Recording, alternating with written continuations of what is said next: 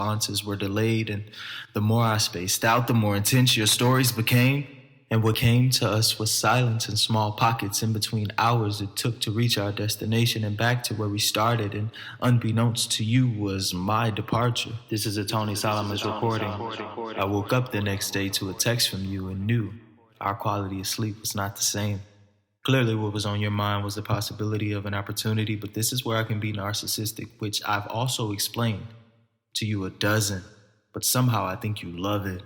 How easily you attempt to relate a message to me without it being spoke. I've also told you that I'm aware of what goes on behind the veil and behind any blind trickery. And that is not to say you were hiding behind some silly game, but if I were naive to you, the end result that night wouldn't have been the same. Something about you is dense and earthy with an aura of a witch hiding a secret that belongs to somebody else.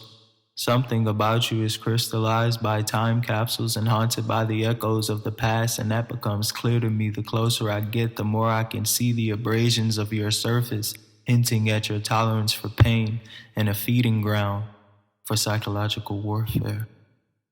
Is that my need to control? That's a valid question to raise.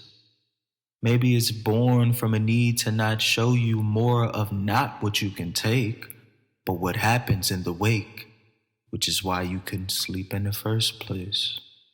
The understanding we have is found on solidarity without force, so of course I cannot force myself to say exactly what you need to hear to know why something is in the way. Why something is in the way. This is a Tony Solomon's recording.